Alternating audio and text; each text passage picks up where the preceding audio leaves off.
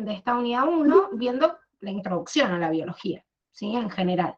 De hecho, se tuvieron que comer toda esta parte histórica que generalmente a los futuros estudiantes de ciencias de la salud, como ustedes de medicina, no nos interesa mucho qué es lo que pasa desde la teoría de Big Bang y qué pasó en realidad con todas las teorías de origen de la vida. Pero bueno, como futuros científicos, porque dentro de la medicina también están estudiando una ciencia fáctica como es la biología, bueno, me tengo que enterar un poquito de la historia, como para saber de dónde viene todo esto. Pero ahora esta segunda mitad se empieza a poner un poquito más técnica, porque empezamos a hablar de la composición de estos seres vivos, o sea, de qué están hechos. Y esto es muy importante, porque es la introducción, no solo la unidad que viene, que es la unidad de célula, que es la unidad funcional de todo ser vivo. Entonces, todo ser vivo está formado por una célula, y digo, bueno, ¿y de qué está hecho la célula? Y es lo que vamos a ver ahora, o sea, de esta composición química de las sustancias que lo forman. Y cuando entren a la facultad, ya la primera materia que tienen que llegar a la facultad es bioquímica. O sea, vuelven a enganchar la biología y la química, y sobre todo la química biológica, que es la introducción de lo que vamos a ver hoy. O sea, que si es la primera materia que curso en la facultad, imagínense que es el piso, es el pilar. No quiere decir que va a ser la más importante. Tipo, entro a la facultad, no me gustó bioquímica y me quiero suicidar porque no me gusta la carrera, porque no, está lejos de ser la base. O sea, lo más importante de la carrera, pero sí es una base para poder entender otras ciencias, ¿sí? Entonces, esto lo tenemos que tener siempre presente, porque en realidad las introducciones a determinados temas me describen pilares básicos a los cuales yo siempre tengo que volver. Entonces les recomiendo que se hagan un buen resumen de esta unidad, que la vuelvan a releer. La Dani les debe haber explicado cómo tenemos organizado el material, y el apunte de clase tiene un resumen de esto para que ustedes vayan completando con lo que vemos en la clase, pero es muy importante que ustedes, además de ese apunte que se hacen y de lo que escuchan en la clase, después se pongan a leer el cuadernillo, punto por punto, y sobre todo en esta unidad hay algunas unidades gráficas, o sea, algunos dibujitos de determinados compuestos químicos que son importantes, y que muchas preguntas de examen por ahí tienen que ver con eso. Bien, entonces, vamos a comenzar esto diciendo que cuando yo digo composición química de los seres vivos, digo, bueno, evidentemente los seres vivos tienen algo mágico o algo raro que no tiene el medio inerte, porque si no fuera así, ¿qué tienen de especial para tener vida? Si otra materia inerte por ahí puede estar formada de otra cosa para no tener vida. Esto es lo primero que pensaron, ¿sí? Los científicos. ¿Se acuerdan algo de esto que vieron con Dani, de las teorías por ahí, en la clase pasada? ¿Cómo se pensaba que había surgido la vida? Espontáneamente. Bueno, esa era una de las teorías que había surgido espontáneamente. ¿Qué más?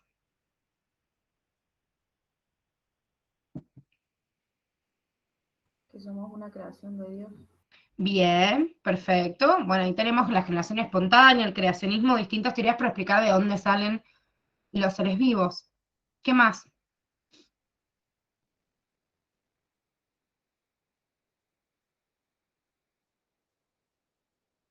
¿Qué más se decía de estos seres vivos? Que hay una fuerza vital también. Bien, perfecto. O sea que esto de los vitalistas y los mecanicistas que también empieza a rondar en la idea de cómo funciona esa vida es muy importante, porque algunos trataban de atribuir como lo mismo que pasa en el medio inerte pasa en el ser vivo y es como una máquina nada más que de repente tiene algo distinto, y otros ese algo distinto le ponían ese nombre de la fuerza vital, es como un espíritu, como un alma que tienen los seres vivos y que no existen en los demás. Pero ¿por qué pasaba esto? Porque a medida que fue avanzando el estudio de la ciencia, se dieron cuenta que en realidad los seres vivos, si yo los desgrano en lo más chiquitito y veo de qué están hechos, que a esto le llamamos elementos biógenos. Bio viene de vida, ¿sí? Y geno, que viene de génesis, es origen. Entonces, el elemento que origina la vida, ¿cuál es?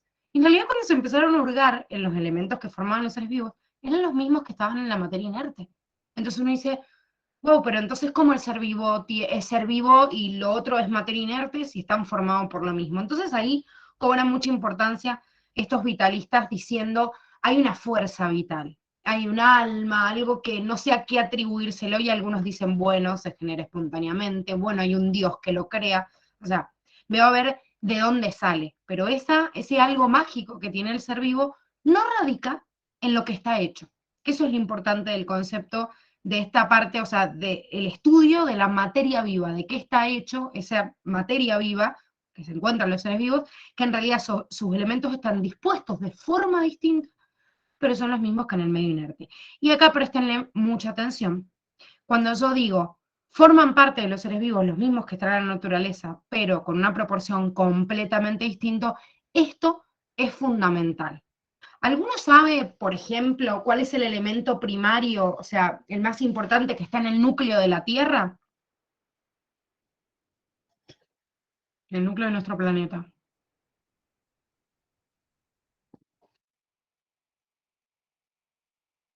Ahí,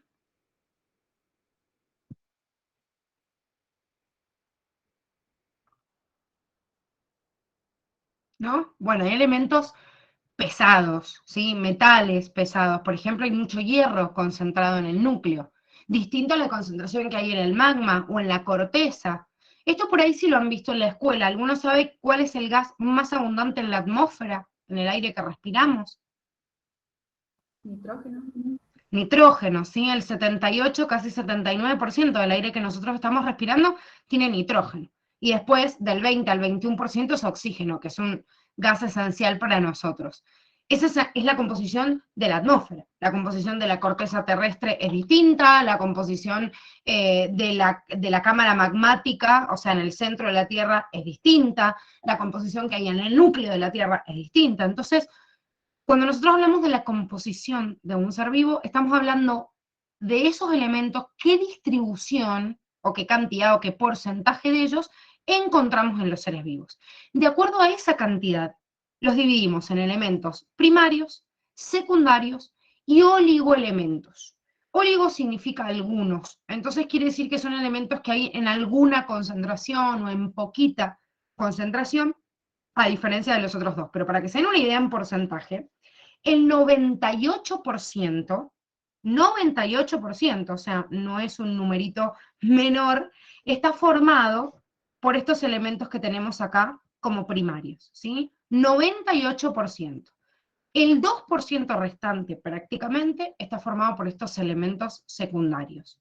Y menos del 1%, o sea, en cantidades muy chiquititas, ojo, que haya poca cantidad no quiere decir que no sea importante. Es importante igual, pero cuando yo digo un oligoelemento es que hay una proporción que es chiquitita en el porcentaje total de la cantidad. Por ejemplo, acá tienen un oligoelemento muy importante, por ejemplo, para nosotros, que es el yodo, este que tienen simbolizado acá. El yodo, por ejemplo, nosotros lo usamos para una única función en el organismo, para sintetizar hormonas tiroideas. Nada más que para eso. Claro, pero ¿saben cuál es el tema? Que las hormonas tiroideas tienen función en absolutamente todas las células de nuestro cuerpo. Entonces uno dice, ay, pero tampoco es tan importante el yodo porque solo hace esto en el cuerpo. Sí, claro, pero es que me faltan hormonas tiroideas y todo mi cuerpo falla. Ya deben conocer algunas personas que tienen hipotiroidismo o hipertiroidismo. O sea, viene justamente de una falla en la producción de estas hormonas tiroideas, que a veces tiene que ver con otro funcionamiento del cuerpo y a veces tiene que ver con la falta de yodo. En este caso puntual, esa patología se llama bocio. ¿Sí? Quiere decir que me falta olla, o sea, me falta meter yodo en la comida. Después puede fallar por otra cosa, pero digo, es un elemento chiquitito que yo lo tengo en muy poquita concentración, pero igual sigue siendo fundamental para el ser vivo. Entonces, recuerden que la clasificación cuantitativa de los elementos biógenos me los clasifica de acuerdo a eso justamente, a la cantidad. Pero eso no quiere decir la importancia, son igual de importantes todos. ¿Cuáles son estos elementos para los que no tengan muy familiarizado la tabla periódica? ¿Han visto alguna vez la tabla periódica en la escuela? ¿O alguno no la ha visto nunca? Que no haya tenido química o...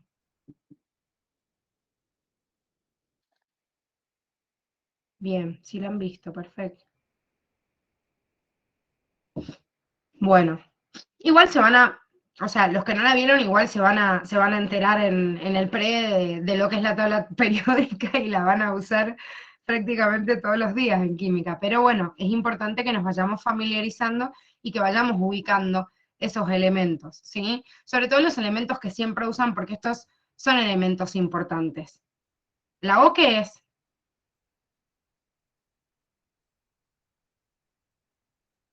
¿Qué era O? Oxígeno. Oxígeno. Oxígeno, ¿la C? Carbono. Carbono, bien. H,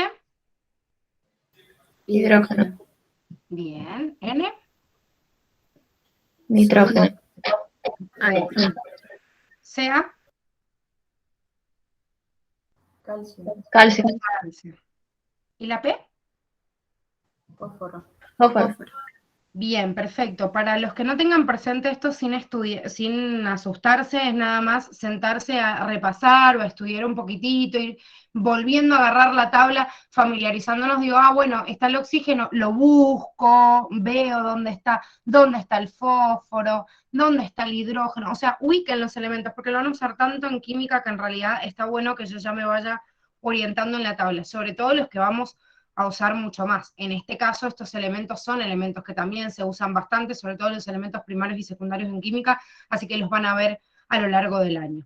Hay unas siglas que se le dice CHOMS o CHOMK, que en realidad le ponen por el calcio al final, que lo tienen ahí simbolizado para que se acuerden una mnemotecnia, si no se pueden inventar ustedes una, pero para que no se olviden la composición primaria de los seres vivos. Y saben que es importante también que tengan en cuenta esto, porque hay algunas bibliografías que no consideran el calcio como elemento primario, ya que el calcio es como bastante importante en los animales, y si yo saco la proporción de los elementos biógenos en todos los seres vivos, no hay tanta proporción de calcio como en los animales, porque los animales no solo usan calcio para el esqueleto, por ejemplo nosotros los vertebrados, sino que el calcio ya vamos a ver que es un elemento muy importante para la contracción muscular, para la liberación, qué sé yo, de vesículas en una exocitosis, en donde se acrecenta mucho cuando hay sistema nervioso. Entonces, bueno, una serie de eventos que hacen que se cuantifique este elemento y lo haga como mucho más significativo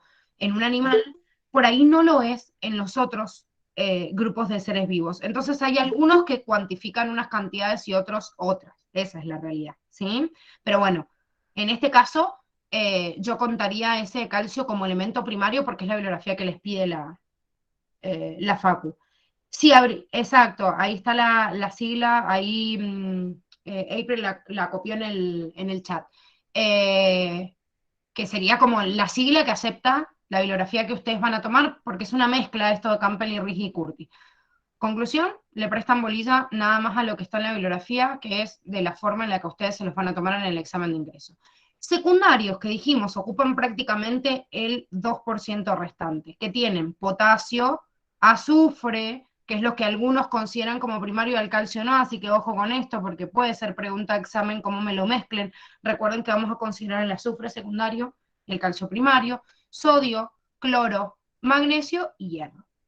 Y como oligoelemento podríamos tener un montón más, estos los han marcado como principales, porque no son los únicos, como es el yodo del que hablábamos recién, que es importante en la formación, por ejemplo, de hormonas tiroideas, el cobre, el manganeso, el cobalto, el zinc, el molibdeno, por ahí hay elementos que nos cuesta un poquito más porque los hemos usado menos, por eso les dije, agarren en realidad la tabla y me pongo a repasar. Y a ver, este elemento raro que acabo de ver, la verdad que no me acuerdo, bueno, lo busco. ¿Dónde está, qué sé yo, el manganeso? ¿Dónde está el hierro? ¿Dónde está el cobalto? El molibdeno. Entonces, familiarícense con la tabla periódica porque, bueno, de paso así van a estar abriendo puertas para química, que es importantísimo. No lo van a ver ya en química, no sé si están en la unidad 2 en vez de en la unidad 1 en la punta, pero igual van a ver tabla periódica y la van a usar, como les digo, todo el año.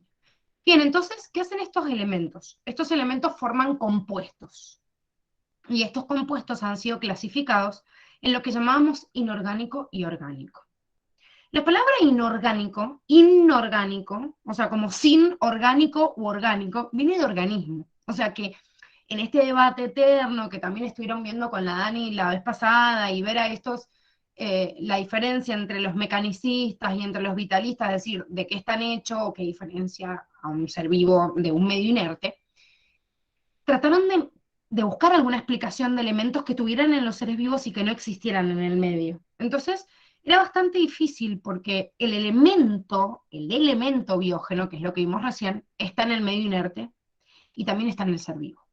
Pero hay compuestos que son conjunto de estos elementos que no se encuentran en el medio inerte, pero sí están en los seres vivos. Y estos son los compuestos que les llamaron compuestos orgánicos. La palabra orgánica viene de organismo. Ahí vienen un montón de compuestos como son una proteína, un lípido, un azúcar, un ácido nucleico, una vitamina, o sea, compuestos que están solo en los seres vivos. O sea, yo no encuentro el suelo solo que se le ocurre fabricar un lípido o fabricar una vitamina. O sea, no existe ahí, existe en el ser vivo que hace una producción, no todos hacen producción porque nosotros no podemos producir esos lípidos y proteínas como origen de la cadena trófica porque eso lo hacen los productores, pero al comernos o en la cadena trófica unos a otros, en realidad esos compuestos orgánicos únicamente están en los seres vivos. Entonces, esta materia que tuvo origen en los seres vivos le llamamos orgánico. Y aquello que puede ser que esté en el ser vivo, pero en realidad está en el medio inerte, lo llamamos inorgánico. Y acá nos ponemos a pensar un poquito en la teoría del origen de la vida, y algunos nombraron la generación espontánea, ¿sí? Además del creacionismo como origen de la vida, que vamos a estudiar un poquito estas teorías después más adelante en evolución. Pero hoy nosotros sabemos que no venimos, o por lo menos desde la ciencia, no creemos que haya un ser superior que nos cree, sino que venimos desde un evento que de alguna manera en algún remoto momento de la historia del planeta se generó espontáneamente. Entonces, ese lípido, o ese hidrato de carbono, o ese ácido nucleico que nosotros estamos viendo acá en este esquema como compuesto justamente orgánico, ¿siempre estuvo en los organismos?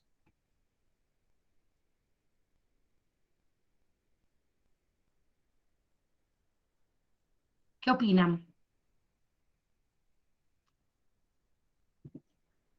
¿Siempre esta proteína o este lípido o este hidrato de carbono tuvo origen en los organismos?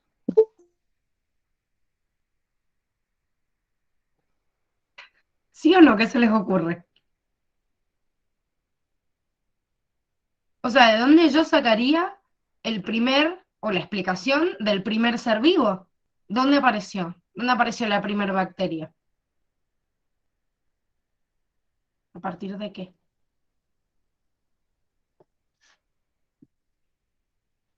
No importa si tirar un bolazo, pero a ver qué opinan. Cuenten. ¿Qué se les ocurre? Profe, ¿cómo fue la pregunta? Que esa materia orgánica, que hoy decimos que tiene origen en los seres vivos, ¿sí? Por eso le llamamos orgánico. ¿Dónde se originó la primera vez? En la Tierra. ¿No es Porque, lo de Luca? bueno, el Luca o el ancestro común universal fue el primer, ¿sí? El primer ser vivo. Ese ancestro o ese Luca, ¿de qué se formó? Bueno, el Big Bang es la teoría de origen, en realidad, ojo, del universo en el que vivimos, no de la vida. Esta teoría del Big Bang que vieron con la Dani, ¿hace cuánto más o menos ocurrió? En años más o menos, se especula cuánto.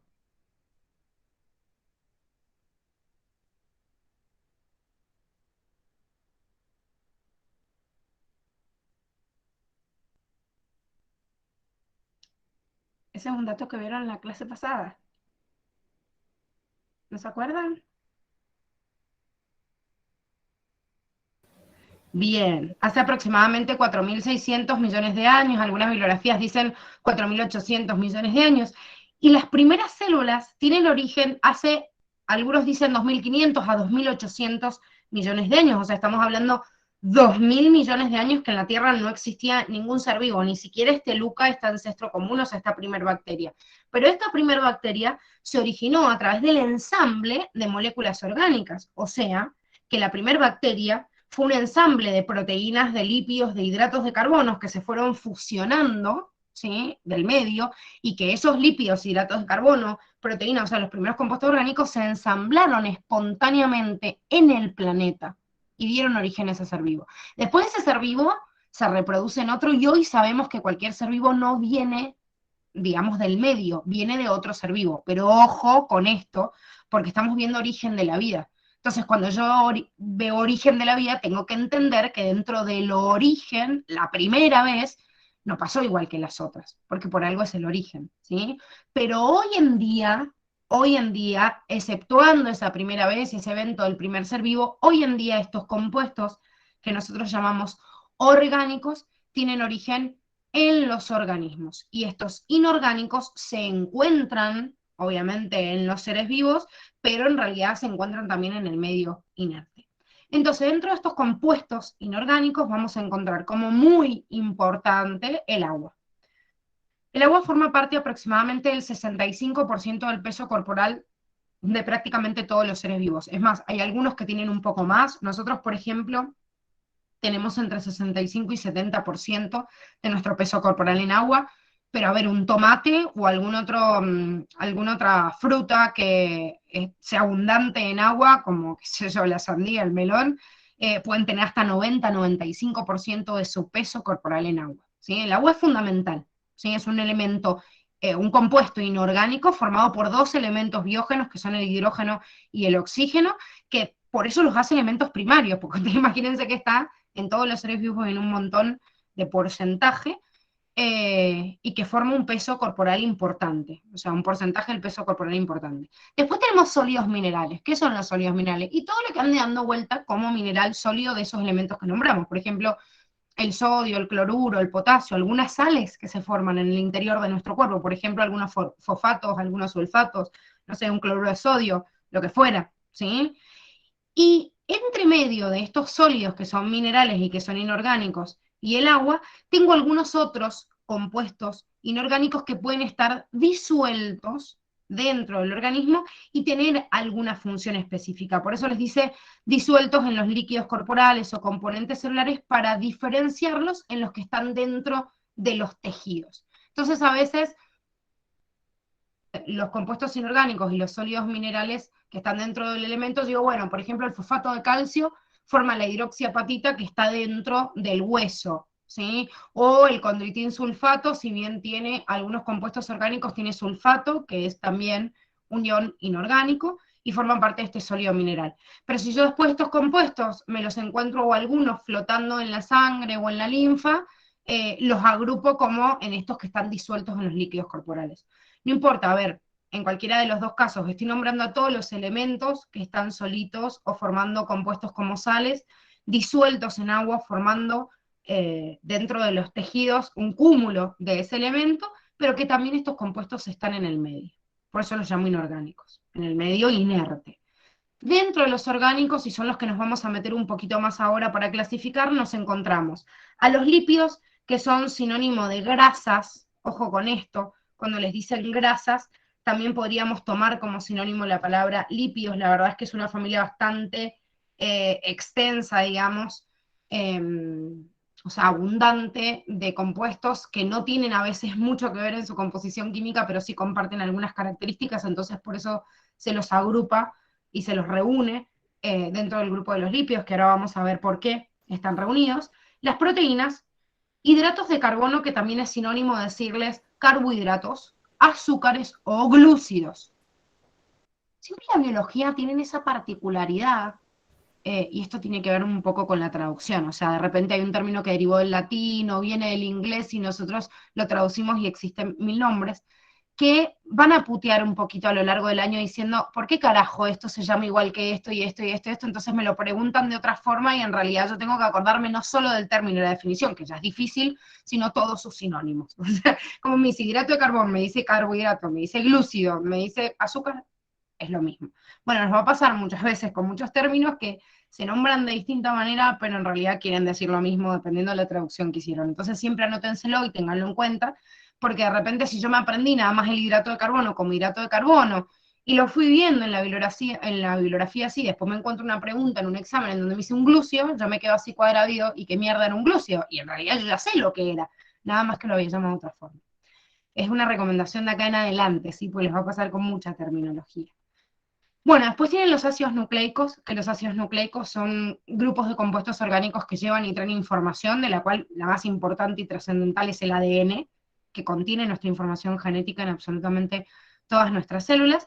Y bueno, después hay otras moléculas orgánicas, porque acá tenemos unas que están como en menor cantidad, como un pigmento, como una vitamina, que por ahí están en concentraciones mucho más chiquititas, pero siguen siendo compuestos orgánicos.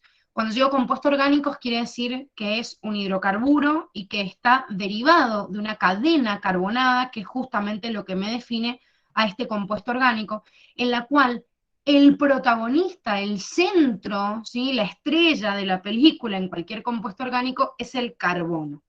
El carbono es un elemento de la tabla periódica que su número atómico es 6, como lo están viendo ahí, ¿sí? O sea, está extraído de la tabla periódica para que lo pudieran visualizar. Es un átomo como livianito, pero es capaz de formar múltiples enlaces de tipo covalente.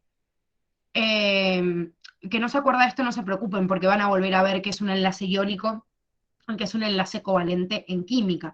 Pero así a grandes rasgos, para compartírselos, un enlace covalente es el enlace que forma un elemento no metálico de la tabla con otro elemento también no metálico, y es como que comparten sus electrones. O sea, los comparten para cada uno de ellos estabilizarse, y gracias a esa estabilidad poder formar esos puentes. Entonces, el carbono puede formar 4 enlaces covalentes. Quiere decir que puede compartir electrones con 4 elementos más, y esto le permite formar grandes cadenas o combinarse con muchos átomos para formar distintas cadenas fuertes y estables, que estas cadenas son las que forman una cadena de lípidos, una cadena de azúcares, o sea, de hidratos de carbono, o incluso hasta una vitamina también. Entonces, el carbono, que por eso está dentro de los elementos primarios, junto con el hidrógeno y el oxígeno, son los principales elementos que forman estas cadenas carbonadas que están en todos los compuestos orgánicos.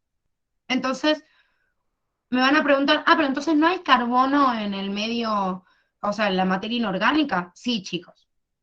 O sea, por ejemplo, el dióxido de carbono, el monóxido de carbono, son gases que están presentes en la atmósfera, sobre todo el dióxido de carbono en más concentración, y son un compuesto inorgánico, no un compuesto orgánico, y tienen carbono y tienen oxígeno. El ácido carbónico, que el ácido carbónico es la soda, o sea, es ese dióxido de carbono en realidad mezclado con agua y forma este ácido carbónico, es la soda, o sea, el agua burbujeando que ven como la soda, forma parte del medio, o sea, de la materia inorgánica, no de la materia orgánica.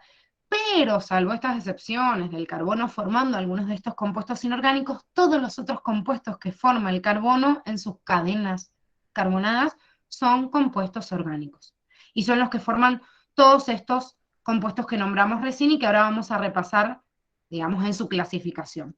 ¿Hasta acá hay alguna duda? Exacto, exacto.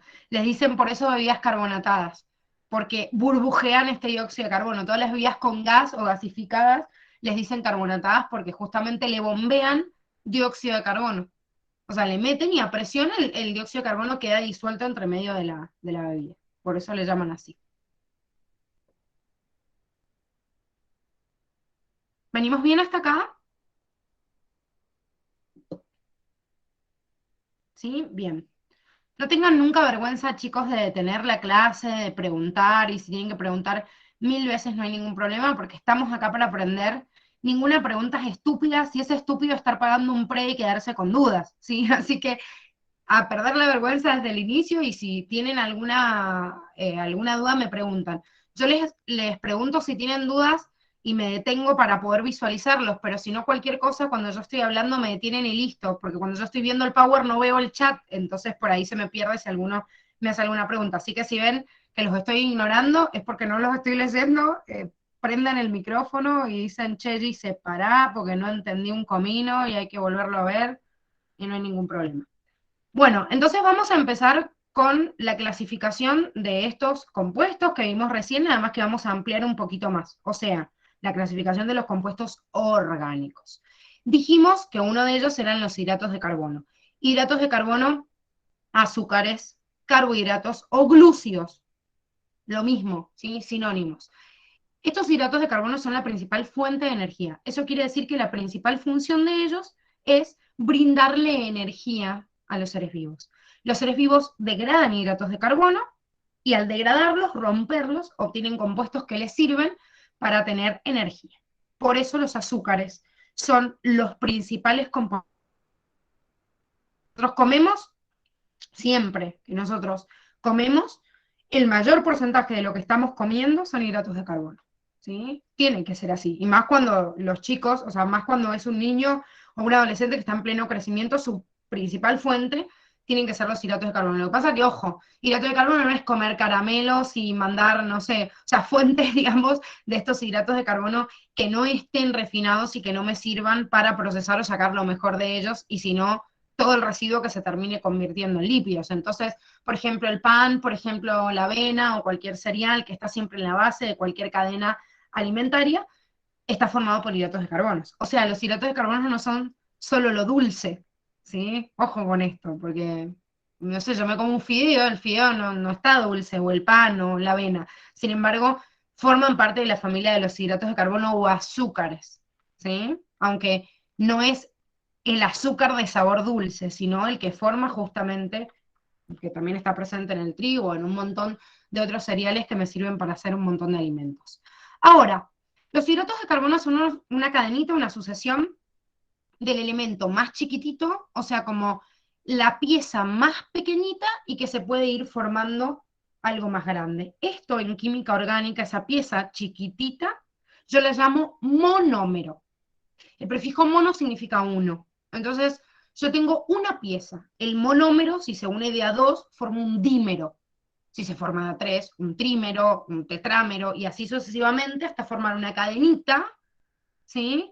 Que yo ya, cuando hay muchos de esa unidad, le llamo polímero. El prefijo poli es mucho. Entonces, de un monómero a un polímero es la sucesión del elemento básico de ese compuesto orgánico hacia el más grande. ¿Cómo se llama ese monómero del hidrato de carbono? Monosacario, ¿sí? Es lo que tienen acá. Entonces, monosacario es un azúcar simple. Un monosacárido puede formar un disacárido y de ahí un trisacárido, tetrasacárido, pentasacárido, como quieran, que cuando tiene poquitos le llamo oligosacárido, y cuando tiene muchos lo llamo polisacárido. ¿Sí? Entonces, monosacárido, disacárido, que es lo que vamos a usar como término, oligosacárido, polisacárido y azúcar complejo sería como toda la cadena sucesiva de hidratos de carbono. Esto es importante en terminología que se lo aprendan desde la primera clase, porque después estoy en célula y me dice, acá hay una cadenita de oligosacáridos. Y yo miro y digo, ¿y quiero un oligosacárido? Se remonta a esto, o sea, la definición de esto que estamos definiendo hoy, que es como pieza fundamental. Oligosacárido, ¿qué quiere decir? Bueno, un conjunto de algunos monosacáridos, que era la unidad estructural de un hidrato de carbono. Nosotros vamos a ver varios monosacáridos a lo largo de las unidades y hay algunos que los agregamos en otras unidades específicas. Pero en cuanto a la dieta de nutrición y en cuanto a prácticamente la clasificación de la mayoría de los hidratos de carbono que nosotros vamos a ver, vamos a utilizar mucho estos tres monosacáridos que tienen nombrados acá, ¿sí? Esto es importante porque no son los únicos que existen, ¿eh? Pero los vamos a usar mucho y sobre todo el que tienen enmarcado y encuadrado, que ya les debe sonar porque lo deben haber escuchado un montón de veces, porque es importantísimo y como les digo, se lo usa mucho. La glucosa, la fructosa y la galactosa, tres son monosacáridos, ¿sí? Oligosacárido era conjunto de algunos que. Monosacáridos. Ah, bien, gracias. Oligo es poco, entonces como monosacárido 1, disacárido 2 y así en cual. Oligosacárido es como pocos o algunos de la unidad inicial, por eso oligosacárido, sacárido de monosacárido. Entonces dice algunos. Generalmente, porque esta definición la tienen más adelante, pero generalmente se definen en la mayoría de los libros que cuando tienen 10 o menos de 10 monosacáridos en cadenita, le digo oligosacárido. ¿Sí? Puede cambiar, pero es como oligo, o sea, como algunos o unos pocos de esos monosacáridos. Bien, de estos tres, esto es importantísimo, de estos tres vamos a estudiar algunas particularidades de las cuales acá en este cuadernillo hay un dibujito de la glucosa, pero les voy a marcar algunas diferencias de la fructosa y la galactosa porque también son importantes y los vamos a usar. En esta unidad 1, Curtis les dice que la glucosa es la fuente principal de energía, porque la mayoría de los seres vivos utilizan como fuente esencial a esa glucosa, y que esa glucosa está formada por una cadena, ¿sí?, de 6 carbonos, y que esa cadena de 6 carbonos puede formar un anillo, o puede estar estiradita, que ahora la vamos a ver en la imagen. Entonces, puede formar un anillo en una posición alfa o beta, y también puede estar estirada en una cadena, ¿sí? Y no como en un círculo, ¿sí? O sea, como una cadena abierta o formar un anillo. En ese anillo, fíjense que la posición alfa y beta depende de la posición, de abajo o arriba, de un grupo, de un oxígeno con un protón, como lo ven acá, que se llama oxidrilo. Entonces, si ustedes se fijan en esta imagen, tienen la imagen de la glucosa, mírenla acá en cadena, que es un compuesto que tiene 6 carbonos, 1, 2, 3, 4, 5, 6, ¿sí? Que la tienen ahí en la cadenita. Tiene además de eso 6 oxígenos, fíjense, 1, 2, 3, 4, 5 y 6, y 12 hidrógenos. Si los cuentan a cada uno de estos, ven 1, 2, 3, 4, 5, 6, 7, 8, 9, 10, 11, 12. Entonces, la fórmula molecular de la glucosa es carbono 6, oxígeno 6, hidrógeno 12. Generalmente se nombra el hidrógeno primero, hidrógeno 12, oxígeno 6. Pero esa es la fórmula molecular porque es la composición, digamos, química de ese monosacárido. Y acá está el anillito, o sea, cuando se une el anillo, fíjense que es como que el carbono 1 se enlaza con uno de los oxidrilos para poder formar un anillo, y si ese oxidrilo está por debajo, como les decía acá, está por debajo del anillo, yo digo que esa glucosa es una glucosa en posición alfa. En cambio, si ese anillo está para arriba, forma la glucosa beta. Y ustedes me van a decir, Gizzy, ¿para qué carajo me interesa saber cuándo es alfa y cuándo es beta? ¿Por qué sucede esto? Porque de repente la glucosa, que sea un anillito o que esté en forma lineal, no le da lo mismo al cuerpo. Porque nosotros tenemos un perfecto reconocimiento de todas estas sustancias a través de otras sustancias que se llaman enzimas y que se ensamblan con ellas de una forma, digamos, en una unión o en un punto activo específico, que no me da lo mismo que vaya para arriba o que vaya para abajo. Es como decirles, si yo quiero entrar a mi casa y tengo una llave que encaja en una cerradura, ¿qué pasa si la llave me la hacen al revés? Si yo voy al cerrajero y me hacen el molde al revés. Bueno, es lo mismo, porque igual salió el mismo patrón. No, no es lo mismo, porque lo voy a tratar de meter en esa cerradura y al estar al revés lo va a enganchar. Esto es lo mismo, no me da lo mismo que la glucosa sea una glucosa alfa o una glucosa beta, porque cuando la glucosa alfa engancha en una cerradura, que es nuestra enzima, y se empalma, si es una glucosa alfa, va a encajar, pero si es una beta, no. Entonces, ojo con esto, estas fórmulas moleculares de las sustancias que son iguales, pero que en el espacio se ven distintos, se los llama isómeros. Van a tener que bancarse un toque porque lo ven como en la última unidad de química, pero lo van a ver tranqui. Pero es importante que lo entiendan desde ahora porque todas las unidades que nosotros hacemos refuerzo de compuestos orgánicos, yo tengo que entender que no me da lo mismo, aunque tengan la misma fórmula molecular, no me da lo mismo cómo esté distribuido en el espacio.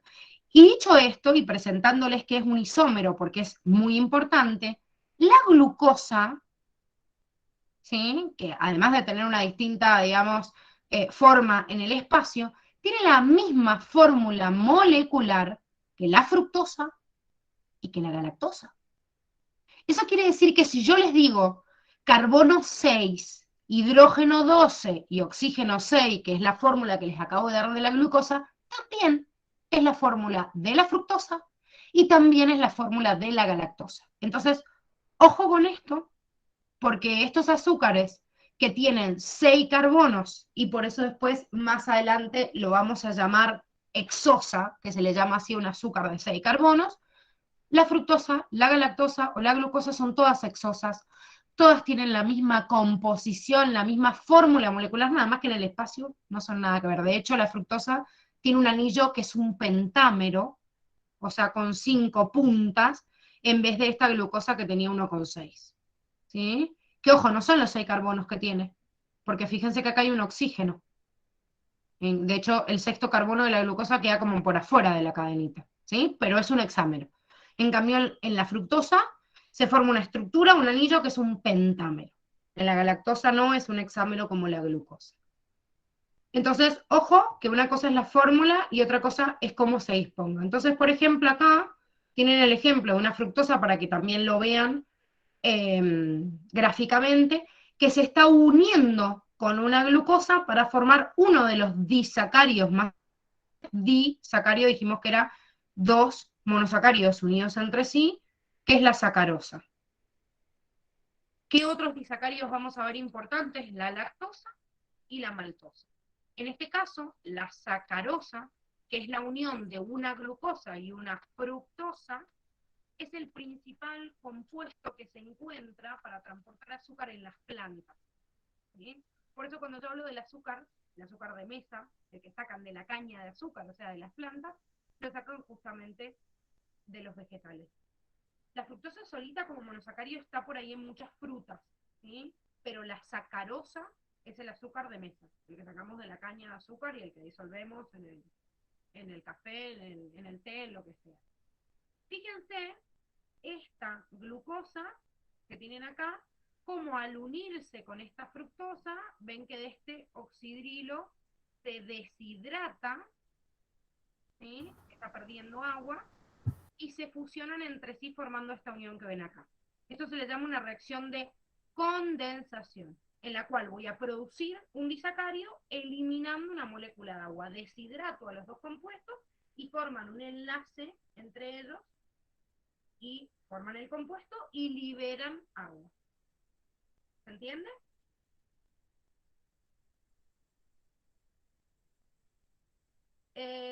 No, en realidad no es sacarosa. Depende, Avi, porque en realidad hay muchos tipos de edulcorantes. Depende de qué es lo que usen. ¿Sí? Hay algunos, o sea, generalmente los edulcorantes son los que no tienen sacarosa. Entonces utilizan sucralosa u otro derivado y utilizan la unión de otros compuestos. ¿Sí? Pero depende. Que se tienen que fijar, porque hay edulcorantes que tienen un compuesto, otros no, algunos que son naturales, otros plenamente artificiales, pero generalmente lo que hace el edulcorante es sacar la sacarosa. ¿Sí? O sea, aislar la sacarosa y meter otro. Esto lo van a ver más adelante, pero está bueno que ya lo vayan visualizando, la unión de estos compuestos, así como la sacarosa la tienen presentada acá, es la unión de una glucosa con una fructosa. De hecho, la mayoría de las veces cuando nosotros hablamos de esta forma de la sacarosa que nosotros podemos digerir, es una glucosa alfa con una fructosa beta, ¿sí? Porque en la configuración de esta que hablábamos, alfa y beta, del lugar o la posición donde esté el oxidilo, también se diferencia la fructosa y la galactosa. Se sepan también la unión de los otros disacáridos. Le llamamos lactosa a la unión de una glucosa con una galactosa. Y le llamamos maltosa a la unión de dos glucosas entre sí. ¿Sí? Entonces, sacarosa, glucosa y fructosa. Lactosa, glucosa y galactosa. Y maltosa, dos glucosas entre sí. Entonces, llámese los disacáridos más comunes y que también vamos a volver a ver en digestivo dentro de varias unidades. Bueno, ya hemos visto los monosacáridos principales, los disacáridos principales, obviamente tenemos muchos ejemplos más, pero en esta unidad 1 también se citan los principales polisacáridos.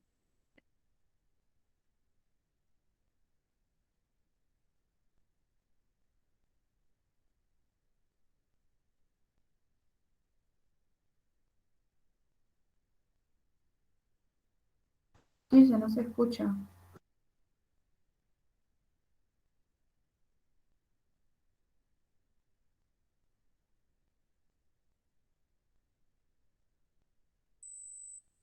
Ah, perdón, me parece que apagué, no sé con qué apagué el micrófono. ¿Ahí me escuchan? ¿O no? Sí, ahora sí. Ahora sí. ¿A dónde me dejaron de escuchar? Cuando dijiste polisacáridos. Ah, bien. No, es que estoy con el power y entonces que apreté que se silenció. Bueno, como les digo, todos los polisacáridos que nosotros vamos a ver, que tienen ahí en este listadito, o los más importantes, son polímeros de la glucosa. Ojo con esto, porque recién vimos cómo la glucosa se une, qué sé yo, con la galactosa, con la sacarosa, formando disacáridos que son importantes.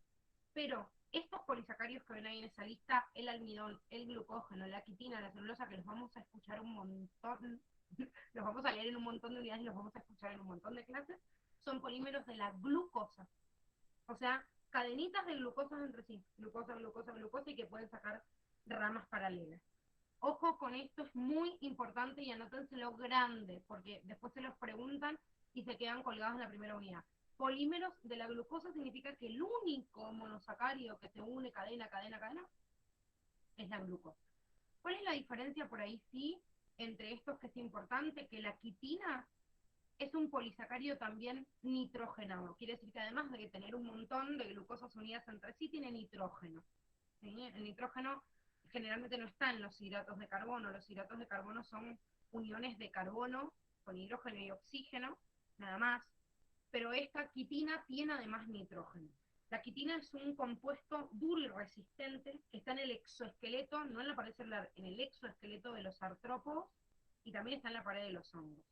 Los artrópodos es la familia que tiene dentro a los arácnidos, a los insectos, a todo un grupo grande de seres vivos dentro del reino animalia. Y es el responsable, ¿vieron esa asquerosidad cuando pisan una cucaracha y que se siente el ruido ese que es como... quizás a alguno no le tiene asco o impresión, bueno, ese ruidito que sienten de la cucaracha cuando la están aplastando, es que se está rompiendo su exoesqueleto de quitina. ¿Sí? Es como la parte resistente o dura que tiene ese insecto o ese artrópodo por fuera y que lo recubre, para que se den una idea gráfica o visual. El hongo también, la pared celular de cada hongo, esa estructura, también está formada por esta quitina. El almidón y el glucógeno suelen ser polímeros de almacenamiento, almacenan mucha cantidad, ¿sí?, de compuestos, digamos, de azúcares que van a servir como reserva. Por un lado, tienen el almacenamiento de algunos compuestos importantes de origen vegetal, como son el almidón, y en el caso de los animales el glucógeno. Eso quiere decir que nosotros, si queremos reservar un azúcar, reservamos glucógeno, no reservamos almidón. Podemos comer el almidón de una papa, de, bueno, cualquier reserva de un tubérculo o de lo que sea dentro de un organismo vegetal, pero nosotros no almacenamos almidón, almacenamos glucógeno. Y de hecho, nosotros como seres humanos lo almacenamos en el hígado y en segunda instancia si queda un poquito de más en alguno de los músculos. No es que todas nuestras células almacenan glucógeno, ¿sí? Es nuestra reserva de azúcar. En la estructura externa de los vegetales existe un polisacárido muy importante que es la celulosa. Es lo que forma lo que nosotros vulgarmente en la dieta llamamos fibra. Pero cuando alguien está estreñido, que se le dicen, tenés que comer más fibra, significa comer vegetales verdes que tienen mucha cantidad de esta celulosa en la pared celular y que nuestro organismo no lo puede digerir. Entonces, sigue siendo un polisacárido, todos los azúcares se disuelven en agua, están felices, o por lo menos atrayendo agua. Entonces, claro, si yo estoy estreñido y como celulosa y mi cuerpo no lo puede digerir, lo único que hace es quedarse en el intestino, me atrae un montón de agua, me aumenta el volumen y me ayuda a arrastrar y a evacuar. ¿Sí? Por eso los vegetales tienen esa función de aumentar el líquido que hay en el intestino. Pero es porque yo no los estoy digiriendo. ¿Y cuál es el secreto de esto? ¿Por qué yo no puedo digerir a la celulosa? Porque la celulosa es una glucosa beta, en vez de ser glucosa alfa como en los otros, que tiene un tipo de enlace que se llama enlace 1,4 o enlace beta 1,4 entre esta glucosa beta, que claro, la enzima que yo tengo en mi organismo no las puede digerir. Pero ojo, no solo nosotros. Chicos, ningún mamífero puede digerir la celulosa. Y ustedes van así como mierda hace un rumiante para alimentarse. ¿Y qué hace la vaca si come todo el día pasto si no la puede digerir? Tiene que tener una simbiosis dentro de su cuerpo con bacterias, que estas bacterias son celulósicas y pueden degradar la celulosa. Si no, se cagarían de hambre. ¿Sí? No digerimos la celulosa. O sea que del vegetal uno dice, ay, tiene un montón de nutrientes. No, a ver, cuando yo rompo la célula vegetal, es verdad que hay otros nutrientes asociados dentro del vegetal y que puedo sacar de vitaminas y que puedo sacar un montón de otros compuestos. Pero la pared celular de la célula vegetal, para nosotros es algo que no podemos digerir. Por eso los rumiantes, que es lo único que comen, mastican, vuelven a deglutir, vuelven a tragar, tienen 4 estómagos como la vaca, están haciendo una digestión lenta y re larga, tienen el intestino larguísimo a diferencia de un carnívoro, y esto tiene que ver con esto justamente. No podemos digerir esas células.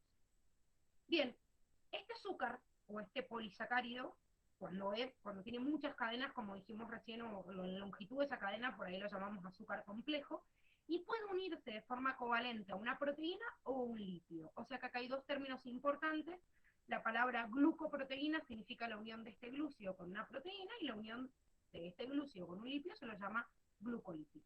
Eso quiere decir que ahora en más, y en la unidad que viene, que es célula, lo vamos a usar mucho estos términos, tiene que ver la unión de cada uno de ellos. Entonces, acá vemos un dibujito, que lo tienen también ahí en Curtis, de este enlace beta 1,4, como dijimos recién, que es el que tiene la celulosa. ¿Por qué beta? Porque es una glucosa beta. ¿Por qué enlace 1,4? Porque se une el carbono 1 de una glucosa beta con el carbono 4 de la otra. Cuando no es una glucosa beta, sino una glucosa alfa, por ejemplo, como vimos recién en otros polímeros que se instalan en el ser humano, como el glucógeno tiene enlaces alfa 1,4, porque la glucosa es alfa, pero también se unen también a través del carbono 1 y del carbono 4. Esto de a poquito lo van a ir masticando a medida que vaya viendo un montón más de gráficas por ahí de distintos azúcares, me voy empapando más del tema. Porfa, igual terminen de leerse toda esta parte de la unidad y mañana, no, el miércoles creo que tienen ustedes, se sacan las dudas presencialmente con la Dani y le hacen preguntas de toda esta unidad porque le damos como un cierre a esta unidad 1. Entonces, léanselo bien y vean las gráficas, que es importante. Bien, familia de los lípidos. Los lípidos son almacenadores de energía, pero también funcionan como mensajeros químicos.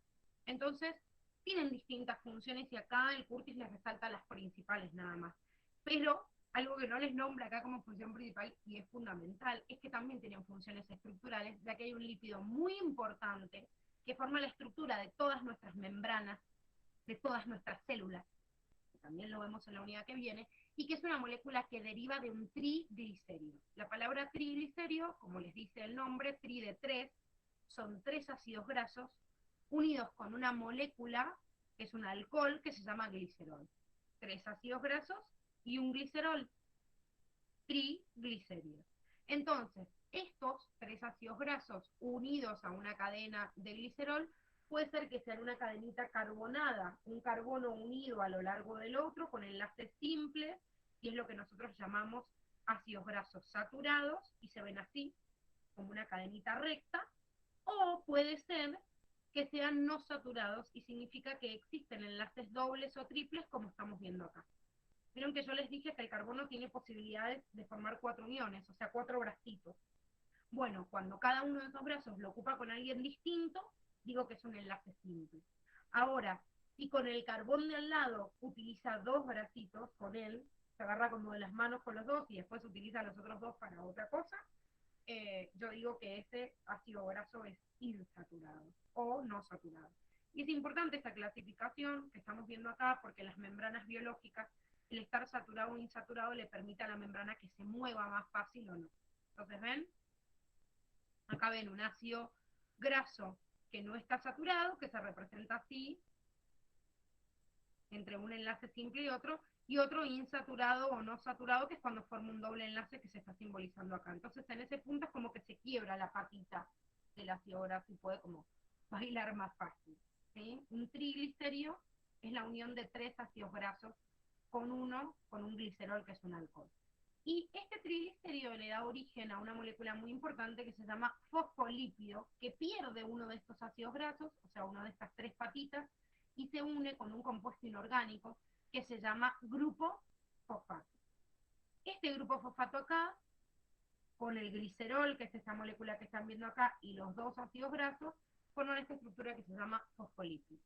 El fosfolípido se dice que es una molécula que tiene una cabeza hidrofílica, la palabra fílica significa afinidad, amor, por hidro por el agua, o sea, entonces tiene afinidad por el agua, y unas colitas que son hidrofóbicas, quiere decir que le tengo fobia al agua. ¿Qué quiere decir esto entonces? Que esta molécula tiene una parte que ama el agua y otra que la odia. O sea, es una molécula bipolar que no sabe lo que quiere. O sea, tiene amor por alguien y después tiene odio. Entonces, esta bipolaridad que tiene esta molécula sería algo así como una cuestión ambivalente que dentro de la química se la llama antipática. El fosfolípido es una molécula antipática. Por un lado ama el agua y por el otro lado la odia. Entonces, esta forma en la cual se dispone de amor-odio al agua hace que forme las membranas de las células de tal manera o dispuesta de tal manera que pueda formar una membrana selectivamente permeable. Quiere decir que va a elegir qué pasa. Porque si tiene una parte que ama el agua y otra que la odia, Quiere decir que si yo lo ubico estratégicamente, por un lado no deja entrar otras sustancias, y por el lado que sí las dejaría entrar, las frena la otra. Entonces puede elegir o seleccionar qué es lo que entra a él. También, como les digo, lo vamos a ver la unidad que viene. Es importante que ahora sepan cuál es la composición química de un fosfolípido, y que además se lo llama molécula anfipática porque tiene cabezas hidrofílicas y tiene óbitos. Entonces, estos fosfolípidos, que muchas veces me los dibujan así, es la representación de la cabeza de fosfato con las dos colitas de ácidos grasos, y que en una membrana biológica, supongamos que esta es una célula, la han hecho exageradamente la membrana muy grande para que la puedan ver, pero estas colitas, estas cabecitas con estas colitas es lo que están viendo acá. ¿Ven? Un fosfolípido acá y otro enfrentado del otro lado. Entonces me forman alrededor justamente de un centro, que sería el centro de la célula, todo un esquema rodeado de fosfolípidos que crea un medio independiente, con el medio externo en el cual está rodeado esta célula. Estos lípidos pueden unirse, como dijimos, con lípidos y proteínas. La palabra glucolípido se utiliza mucho y en realidad hace referencia a esto: glicerol, ácidos grasos, en vez de tener un fosfato tiene una cadena de carbohidratos. Una cadena de carbohidratos es un polisacárido que vimos en el primer tipo de compuesto. Pero si bien toda esta familia, glucolípidos o como vimos recién, los fosfolípidos pertenecen a la familia de los triglicéridos, que es una familia de lípidos, existen otro grupo de lípidos, que como yo les dije al principio es una familia muy heterogénea. Entonces, otro grupo de lípidos que tienen características parecidas, son estas que tienen rechazo al agua o que se disuelven en determinados componentes que no son hidrosolubles, sino liposolubles. Por ejemplo, un solvente orgánico como el alcohol, pero no puede disolver en agua. ¿No? Cuando mezclan el aceite con el vinagre o el aceite con el agua, no se disuelve. Tienen las mismas propiedades, pero derivan de otro grupo de compuestos. Este otro grupo de compuestos son estos 4 anillos que ven acá, que es una derivación de un compuesto químico que se llama ciclopentano peridrofenantreno.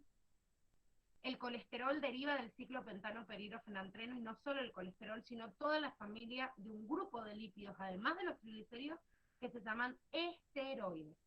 Entonces tengo triglicéridos, que es el glicerol con los 3 ácidos grasos y todos sus derivados, y esteroides, que derivan todos de este compuesto cíclico, que es el colesterol. ¿Sí? Entonces, ¿qué hace el colesterol? Y el colesterol es importantísimo para un montón de funciones, de las cuales esta unidad les nombra algunos. Están en las membranas de las células animales, y es lo que conforma su rigidez. Incluso, como es un lípido, evita el congelamiento, sirve como aislante térmico, como las grasas que ustedes ya conocen. Por eso uno ve animalitos como el oso polar, que tiene una cubierta toda de grasa para protegerse justamente del frío, pero también veo en un camello una jiba, también de grasa, para protegerse del calor y como reserva de agua. Entonces es importante como aislante térmico. Estos ejemplos que les da acá, sintetizados o obtenidos a través de la dieta o para la formación de hormonas sexuales y de hormonas de la corteza suprarrenal, obviamente es más propio de nosotros y de otros animales, que como funciones, y es importante que lo tengan en cuenta, pero no es la única función que tiene. También, vamos a ver en la unidad que viene, y arrastrando ahí en un montón. Entonces desde hoy nos tenemos que acordar qué es el colesterol. Fíjense que este anillito que están viendo acá es el ciclopentano peridrofenantreno, y además de eso tiene una cadenita. El colesterol entonces está formado por una cadena carbonada, ¿sí? O hidrocarbonada, que se une a estos 4 anillos del ciclopentano peridrofenantreno. Los esteroides pueden tener una derivación distinta de esta cadenita. Siempre estos 4 anillos es la base de cualquier esteroide. Después se le unen cosas distintas. En este colesterol, en algunos se puede unir de otra manera. Bien, las proteínas. Ya sé que me he pasado de hora, pero quiero que les quede el video completo, chicos. Así que si alguno en realidad se tiene... Ahora no tienen otra materia, ¿verdad? Tengo anotado que no, pero no sé si les han cambiado el horario. No, solo biología. El que tenga otro compromiso, porque me he pasado de hora, vayan. No es para que les quede el video completo de toda esta primera partecita. Yo le digo igual a la Dani que mañana retome con un repasito de esto, el miércoles, perdón. Pero es para que les quede todo completo. Así que el que se tiene que desconectar, se desconecte, fue el videito, no hay ningún problema, pero si no, sigo para que les quede, digamos, toda la unidad completa. La finalización de la unidad 1. Bueno, el otro compuesto orgánico que tienen son las proteínas. Las proteínas también son compuestos formados por unidades chiquititas o monómeros, como habíamos dicho en los dentro de los hidratos de carbono, los lípidos, todos los compuestos orgánicos forman un monómero que se va agrupando. Nada más que el monómero de la proteína se lo llama aminoácido, ¿sí? O sea, el monómero, por ejemplo, un hidrato de carbono que vimos se llamaba monosacárido, entonces ya como que el nombre me soplaba un poquito que era el nombre de su monómero, ¿sí? El monómero de la proteína se llama aminoácido. Y este aminoácido, cuando se une con otro aminoácido, forma un dipéptido. Ojo, dipéptido es la unión de dos aminoácidos que sería un dímero de una proteína.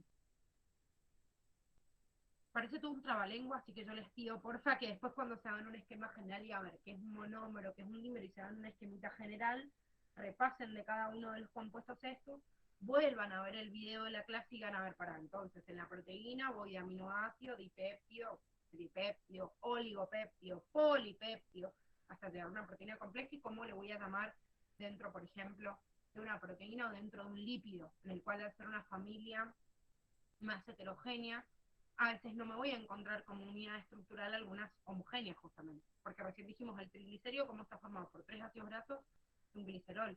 No tiene todas unidades iguales como una proteína o como un hidrato de carbono. Dice, Sí, es dipéptido con D. ajá. No, pues, en realidad el prefijo di o bi significa lo mismo. Entonces, hoy la nomenclatura digamos, más reciente, más actual, lo llama dipéptido, pero en algunas bibliografías fijas lo pueden encontrar como bipéptido y sería como válido. ¿Eh? Siempre el prefijo bi o di significa dos. Bien, gracias. Y ahí puedo encontrar de A3 o de A4, lo que sea, vuelvo a usar los mismos prefijos, tripéptido, tetrapéptido, pero generalmente cuando ya es más de dos, o sea, hay más de un dipéptido, se llama oligopéptido, igual que dijimos en los glúceos, cuando tiene algunos aminoácidos unidos, y cuando ya tiene más de 100 o generalmente pesa más de un determinado peso, que la unidad para pesar proteínas en el laboratorio es el Dalton, generalmente cuando pesan más de 25 kilodalton, dicen que es una proteína. ¿Sí? Entonces, proteína compleja sería un polipéptido, que son muchos aminoácidos unidos entre sí, que al superar un determinado peso ya le llamamos proteína. Pero la cadenita es así. Aminoácido más chiquitito, cuando lo uno da dos dipéptidos, de ahí puedo tener oligopéptidos, que son de A3, de A4, de A5, de lo que sea, y cuando tienen muchos, le llamamos polipéptido antes de la proteína compleja. Las proteínas son una de las familias más diversas de compuestos orgánicos porque tienen un montón de funciones. Muchas veces son estructurales. Esto quiere decir que cuando yo, por ejemplo, en la dieta como algo, lo que menos tengo que comer en proporción son las proteínas. ¿Por qué? Porque al ser estructurales, la mayor parte de mi cuerpo sólida, porque acuérdense que la mayor parte del cuerpo es agua, pero si yo saco el agua, nuestro peso seco, la mayoría de nuestra configuración química del cuerpo son proteínas. Entonces, esas proteínas que forman la parte estructural de mi cuerpo, como están fijas ahí, se recambian, si se estropean o si ya no son activas, pero no es algo que yo estoy todo el tiempo degradando como un azúcar. Entonces, en la dieta cotidiana yo consumo mucho azúcar porque lo quemo y obtengo energía. En cambio, las proteínas tengo que meter muy poquitito en la dieta porque van a formar parte de mi estructura. La mayoría, no todas, y obviamente depende de quién. Por ejemplo, un deportista que está todo el tiempo haciendo ejercicio físico y quema o degrada sus células musculares que se siguen reproduciendo, por eso las dietas de los deportistas tienen mucha cantidad de proteínas, porque tienen que reponer todo ese tejido que están rompiendo esas moléculas estructurales. Sin embargo, las funciones de las proteínas son muy diversas, acá tienen algunas de ellas, algunas son hormonas, que las hormonas funcionan como mensajeros químicos, algunos sirven como de almacenamiento, ¿sí? Proteínas para almacenar determinadas sustancias, otras de transporte, como la hemoglobina que transporta hierro, o la ferritina también transporta hierro. En realidad puedo transportar cualquier molécula que no se pueda disolver también en la sangre, como por ejemplo la albúmina, que también es una proteína de transporte y me transporta cualquier compuesto que no se solubiliza en agua a través de nuestra sangre. Proteínas contráctiles, como son la actina y la miosina, o sea que sirven para hacer contracción y relajación que permite el movimiento que tienen los animales y que no tienen otros seres vivos. Proteínas que forman la membrana, extrínsecas, intrínsecas, integrales, también las vamos a ver en la unidad que viene, que es la de células. estructurales. Por ejemplo, les nombra la queratina, el colágeno. El colágeno, para que sepan, es la proteína estructural más abundante en el cuerpo humano. ¿Cuál es la proteína que más hay en todo nuestro cuerpo? El colágeno. Es una proteína de resistencia que forma principalmente el tejido conectivo y que está, como ya vamos a ver en tejidos, está como inmersa entre medio de las fibras de las células, digamos, que forman el tejido conectivo y que le da resistencia a la tracción. Por eso hay cosas que tienen mucha cantidad de colágeno y prácticamente hay más colágeno que células en sí. Como le pasa a un tendón, ¿vieron ese color que se ve blanco nacarado? Es como mucha concentración de colágeno. Enzimas. Las enzimas se las considera catalizadores biológicos. La verdad que catalizar una reacción biológica significa regularla, pero en el caso de nosotros, como seres vivos en general, la mayoría de las enzimas permiten en nosotros acelerar ese proceso, esa reacción química. O sea, sería tan lenta esa reacción química si no habría una enzima que imagínense que me comería, no sé, el almuerzo y lo terminaría de digerir después de 5 días, si no existirían enzimas que se encarguen de degradar eso y que en un par de horas llevan a cabo el proceso. Eso hacen las enzimas. Son importantísimos y estamos colmados de enzimas que posibilitan distintas reacciones químicas que, como vieron con la punto de todas las reacciones químicas del organismo.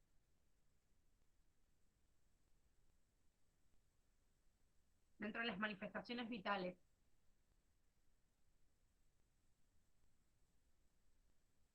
¿Cómo le llamaban? Conjunto de todas las reacciones químicas.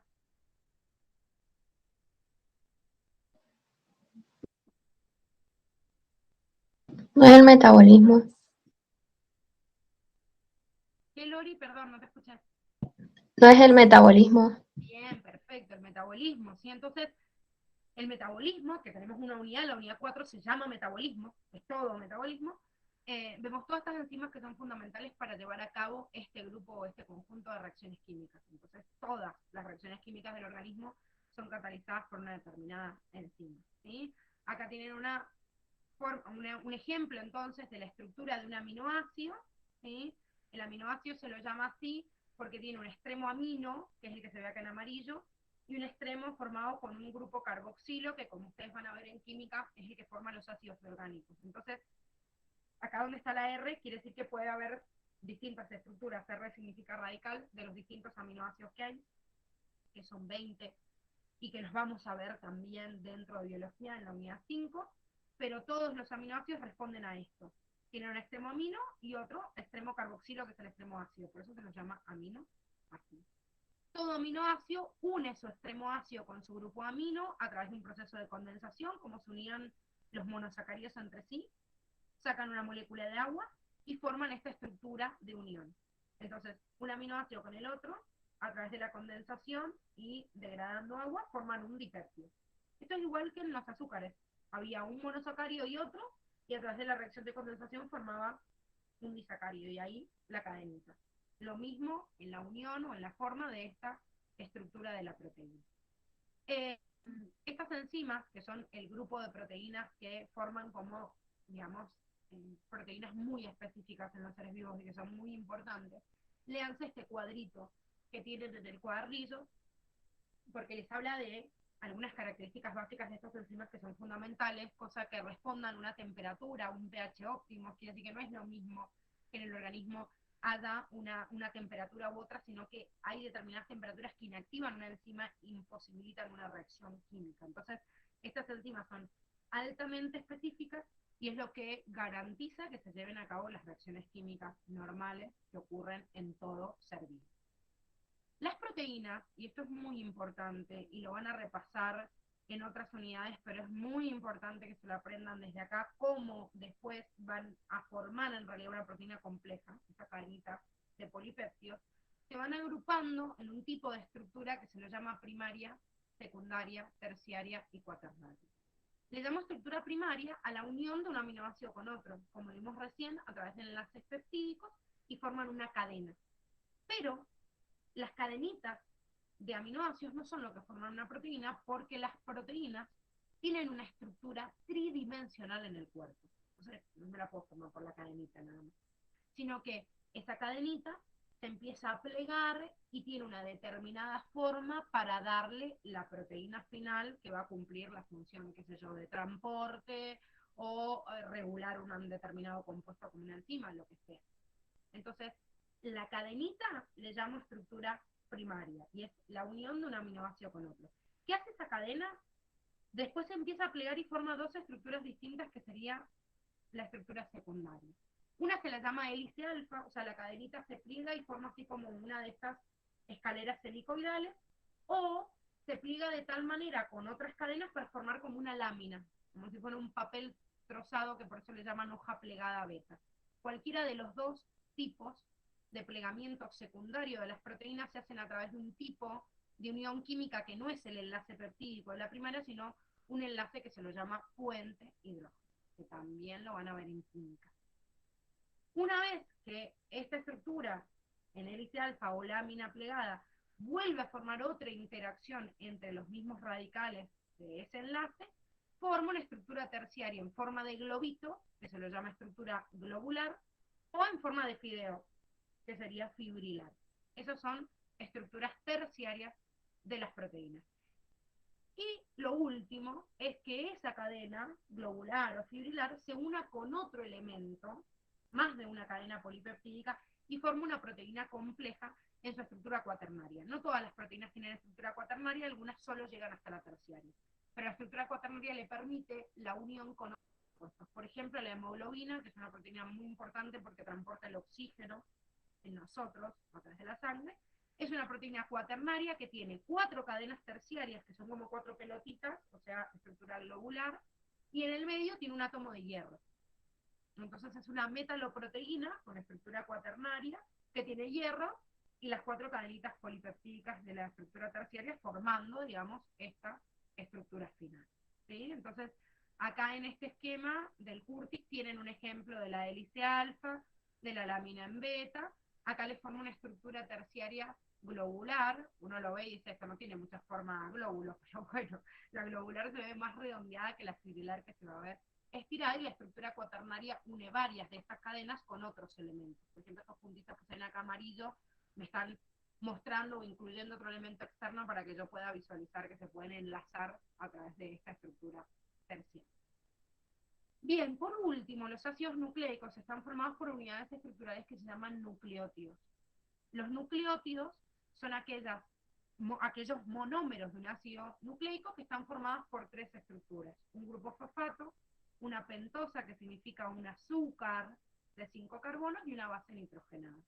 Son como medio truchos estos nucleótidos, porque digo, primero es un compuesto orgánico, digamos, de base, y el monómero a la vez me incluye una pentosa, que era el monómero de los ácidos, o sea, de los compuestos, digamos, carbonatados que forman los hidratos de carbono. Entonces, a veces sucede que los nucleótidos o los ácidos nucleicos no los nombran como compuestos orgánicos básicos y nombran a los lípidos, a las proteínas y a los glúcidos. Así que ojo con esto, por ahí está o por ahí no está, porque el monómero en sí es una estructura que tiene una base nitrogenada, un grupo fosfato que es inorgánico y un azúcar de 5 carbonos que se llama pentosa.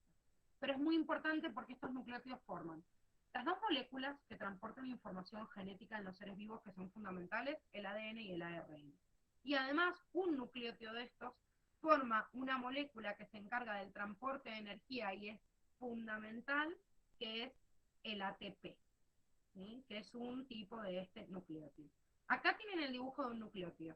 Miren, esta es una base nitrogenada, una de las distintas que existen, que se la llama adenina. Esta es la pentosa, la parte azucarada, el azúcar de 5 carbonos, que puede ser distinto. En este caso les están mostrando, por ejemplo, una ribosa, puede ser también una desoxirribosa. Y acá tengo el grupo fosfato. Entonces, grupo fosfato, que es lo que se ve en lila, la pentosa, que es lo que se ve en naranja, y la base nitrogenada, que se ve amarilla, marronada, color mostaza, como fuera, forman en el enlace de los 3 lo que se llama un nucleótido, que es la unidad estructural de todo ácido nucleico. ¿Ven? Entonces, un nucleótido unido al otro forman una cadena, que esa cadenita es un ácido nucleico. Acá les están poniendo el ejemplo de un ARN porque es una cadena simple, y el ADN, como vamos a ver también en la unidad 5, es la unión de una cadena con otra que se empalma. Es como dos cadenas en simultáneo, formadas por la sucesión de estos nucleótidos.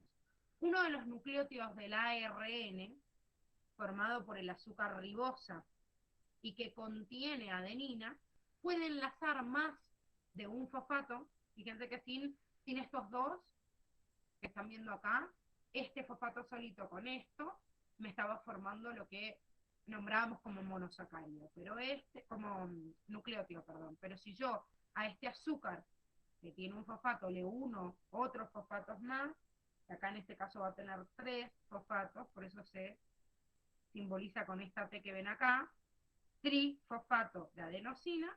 Esta molécula o esta ATP es una molécula que almacena mucha cantidad de energía en estas uniones del fosfato que se unieron al nucleótido de base.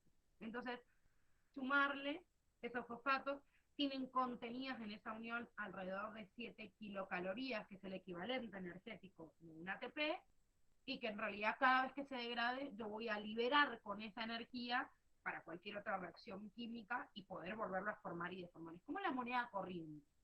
El ATP es la moneda corriente de energía que utiliza cualquier ser vivo, no la única forma de energía, sino una de las tantas, pero que circula en el cuerpo. ¿Sí?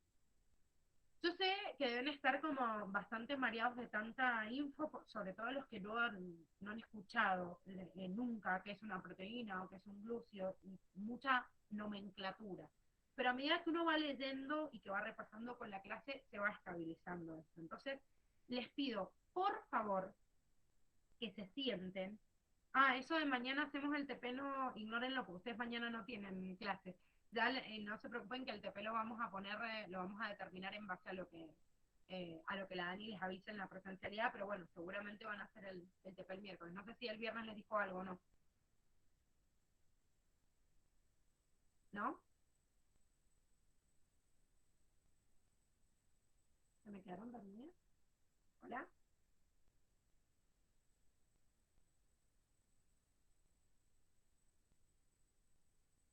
¿Me escuchan?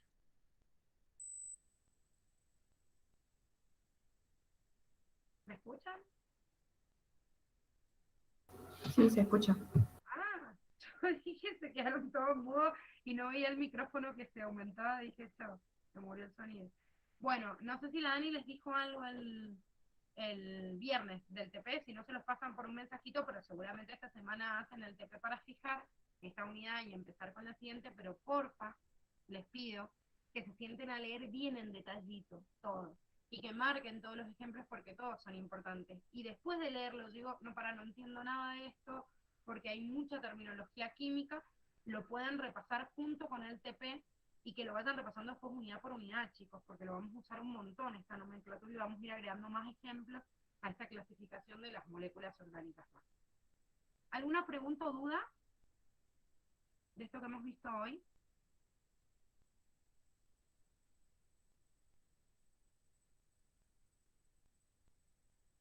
¿No? ¿Los demás?